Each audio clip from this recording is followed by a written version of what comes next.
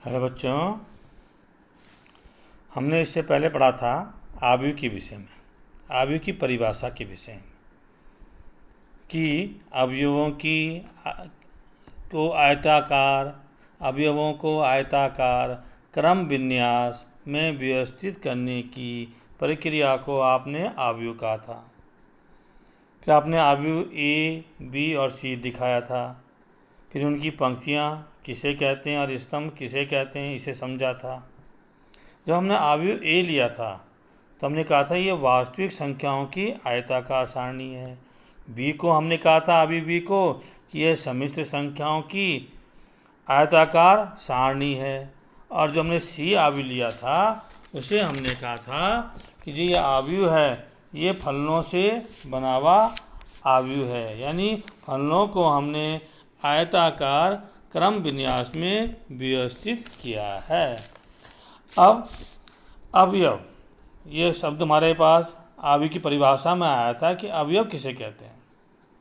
तो वास्तविक जो मैंने बोला था आव्यूह ए में कि वास्तविक संख्याएं बोला था मैंने, आव्यूह बी में कहा था कि सम्मिश्र संख्याएं, और आव्यूह सी में कहा था मैंने कि फलन। तो ये वास्तविक संख्याएं हैं, ये सम्मिश्र संख्याएं हैं, जो ये फलन है जिनसे मिलकर आव्यूह का निर्माण हुआ है, ये आव्यूह के अवयव कहलाते हैं। क्लियर। अब आव्यूह को हम रिप्रेजेंट कैसे करते हैं, यानी आव्यूह का हम प्रदर्शन कैसे करते हैं। हमने लिखा आव्यूह ए बराबर बड़े, जिसे आप बड़ा कोष्ठ लिखते हैं, कोष्ठक लिखते हैं, ऐसे बड़े कोष्ठक का चिन्ह लगाया।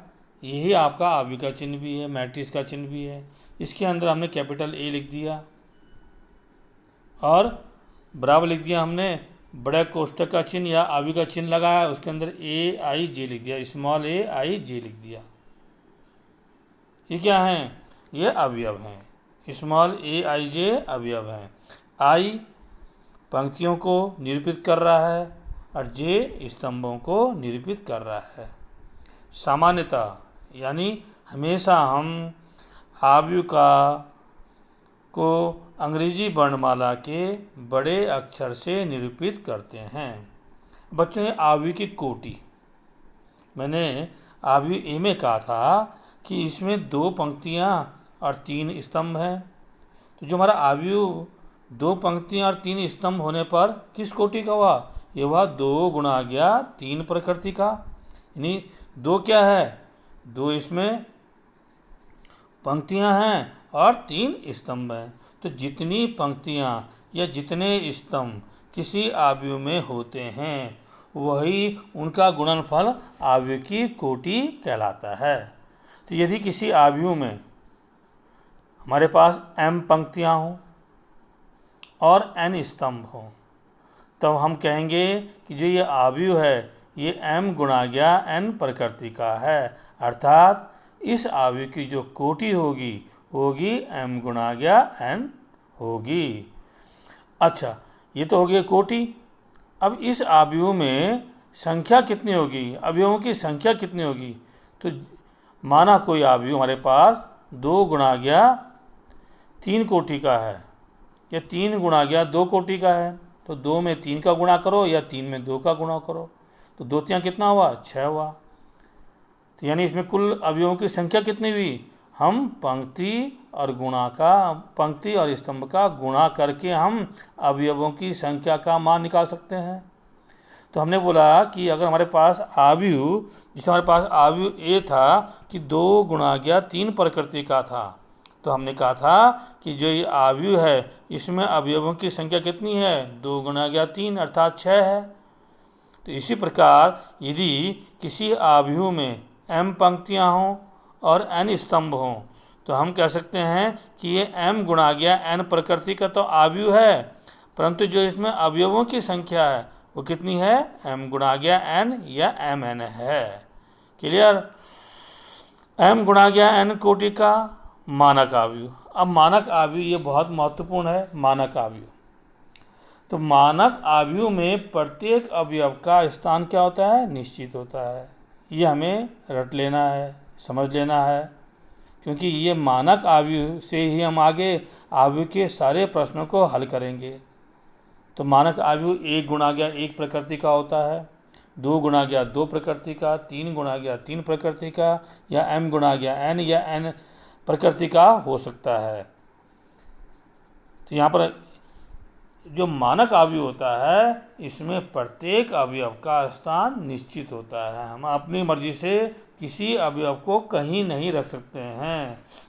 जैसा स्थान जिस अवयव के लिए निर्धारित होगा उसी स्थान पर वह अवयव आएगा। तो मानक अवयव में अवयवों का स्थान निर्धारण कैसे होता है तो आइए देखते हैं।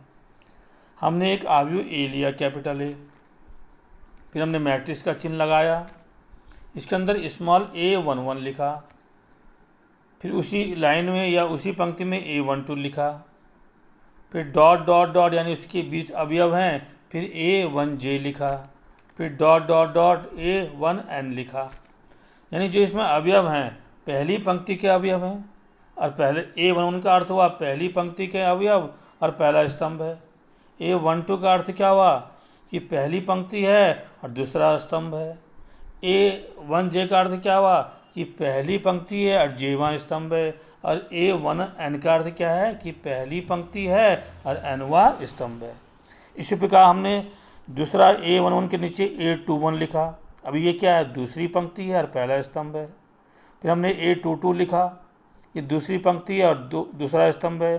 फिर हमने जो अन्य जो इसके बीच में अवयव थे इनको छोड़ दिया, उसके स्थान पर हमने डॉट चिन्ह लगा दिया, डॉट डॉट डॉट लिख दिया। फिर हमने लिखा a2j, यानी ये क्या है दूसरी पंक्ति है और jवां स्तंभ है। फिर डॉट डॉट डॉट लगाया, हमने a2n लिखा, इसका अर्थ हुआ कि ये दूसरी पंक्ति और nवां स्तंभ है। इसी प्रकार हम आगे बढ़े, हमने जो बीच के अवयव को के स्थान पर डॉट का चिन्ह लगा दिया, हमने ai1 लिख दिया। ai1 का अर्थ हुआ कि ये क्या है iv पंक्ति और पहला स्तंभ है। फिर हमने ai2 लिखा, ये iv पंक्ति है और दूसरा स्तंभ है। फिर हमने aij लिखा कि iv पंक्ति है और jवां स्तंभ है। फिर हमने ain लिखा कि iv पंक्ति है और nवां स्तंभ है। फिर हमने जो 20 के अवयव थे इनके स्थान पर डॉट चिन्ह लिख दिया। फिर हमने लास्ट लिखा am1, ये m क्या है ये mv पंक्ति है और पहला स्तंभ है। फिर हमने am2 लिखा, यानी ये mu पंक्ति है और दूसरा स्तंभ है। फिर हमने amj लिखा, यानी mu पंक्ति और jवां स्तंभ है। फिर हमने amn लिखा, यानी mu पंक्ति और nवां स्तंभ। यही क्या है मानक अवयव की कोटि है, यानी m गुणा गया n की कोटि है। इसे हम विस्तृत रूप में समझें तो हम प्रत्येक अवयव को अलग अलग लिख के उसका अर्थ समझ सकते हैं। जैसे हमने कुछ मैंने यहाँ पर लिए हैं और कुछ आप भी ले लीजिएगा। जैसे मैंने a11 लिया, तो हम जनरली बोलते हैं क्या, हम कहते हैं कि aij बोलते हैं।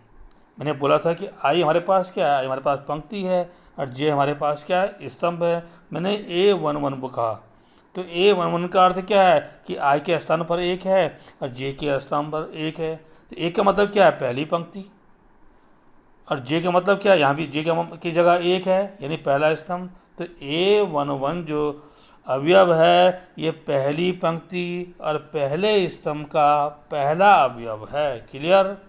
अब हमने a21 लिखा, ये दूसरी a2 का अर्थ क्या हुआ i की जगह 2 है और j की जगह में हमारे पास 1 है, यानी i मतलब क्या है पंक्ति है और j मतलब स्तंभ है, यानी ये दूसरी पंक्ति और पहला स्तंभ, यानी दूसरी पंक्ति का ये पहला अवयव है, दूसरी पंक्ति और पहला स्तंभ है, यानी a21 है। इसी प्रकार हमने हमारे पास a31 आएगा, a41 आएगा, उसकी जगह हमने amj ले लिया। amj का अर्थ क्या हुआ, ये हुआ mu पंक्ति और jवां स्तंभ, यानी i की जगह m है और j की जगह j है। इसी प्रकार हमने लास्ट लिखा amn, amn का अर्थ क्या हुआ, i की जगह m है और j की जगह में आपका क्या है n है, यानी mu पंक्ति और nवां स्तंभ है। तो इस प्रकार बच्चों हमने यहाँ पर अभी सिर्फ मानक अवयव का में अवयवों का स्थान निर्धारण करना सीखा है। इस क्लिप में इतना ही बच्चों।